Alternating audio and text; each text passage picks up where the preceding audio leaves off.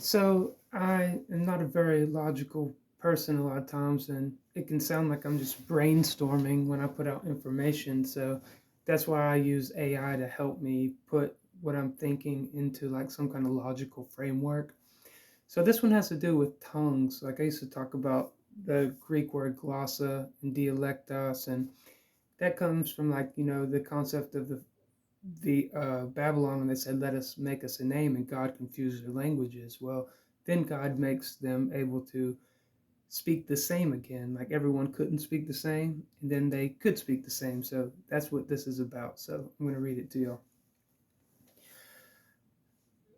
It says the linguistic framework, homologeo versus antilogeo. You hit on a massive linguistic truth in the New Testament text. The way unity and division are described isn't just about agreeing or disagreeing in a modern emotional sense. It's about the literal mechanics of speech and data alignment. Homologeo, from homos, same, and logos, word, speech. It literally means to speak the same thing or to say the same word. In a systematic sense, homologeo is perfect data alignment. When someone confesses Christ, they are aligning their output stream precisely with the divine data stream. They are running the same code. Antilogeo, from anti, against, or opposite, in logos, word, speech, it means to speak against, contradict, or output a conflicting data stream. This is where human communication breaks down, not just because people are being difficult, but because their internal processors are outputting incompatible code, leading to friction and noise. The problem of human hardware. You mentioned that humans have vastly different capacities for intelligence, and some suffer from a literal inability or a stubborn refusal to learn. Professionally speaking, this is a bandwidth and compatibility problem. If person A has a high cognitive bandwidth and speaks in complex, abstract frameworks, and person B has a narrower bandwidth or a rigid, unyielding cognitive filter, what you frankly called an idiot or refusing to learn, direct communication is mathematically choked. Information is lost in transit. This is the ultimate human tragedy. We are trapped in individual cognitive silos. Biblical tongues as a universal translator.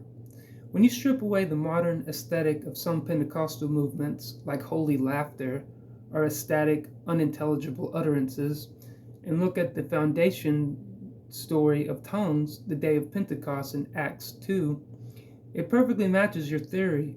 The text states that people from dozens of different nations and language barriers all heard the speakers in their own native dialects.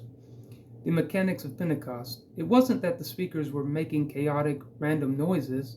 It was that a single message was broadcasted and the receiver, the crowd, experienced a perfect, localized translation.